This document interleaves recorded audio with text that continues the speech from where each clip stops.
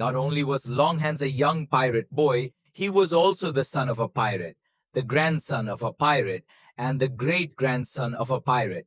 Actually, he hadn't yet stolen anything nor attacked any ship, but his whole family were sure that he'd turn out to be a first-class pirate.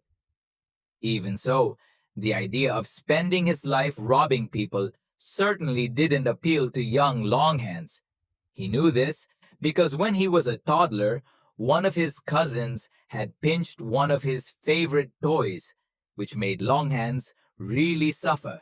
While he was growing up, Longhans's good nature meant that he worried terribly that someday his real pirate personality would suddenly emerge and send him down the path of robbing, raiding, and pillaging. Every morning, when he woke up, he looked in the mirror to see if the horrible transformation had yet occurred. But every morning, he had the same pleasant sort of face he had had the day before. As time went on, it became obvious to everyone that Longhans wasn't a pirate, but the family tradition was so long and so wonderfully infamous that no one was bold enough to come out and say it. "It's just that he's a good pirate," they would say, and they would have kept saying it even if Longhans had studied medicine and dedicated his life to caring for the sick.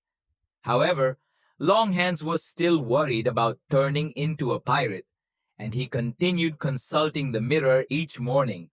One day, though, seeing that he was now an old man and having seen his children and grandchildren, none of whom had become pirates, he realized that neither himself nor anyone was ever forced to be a pirate, whether from natural forces or from duty.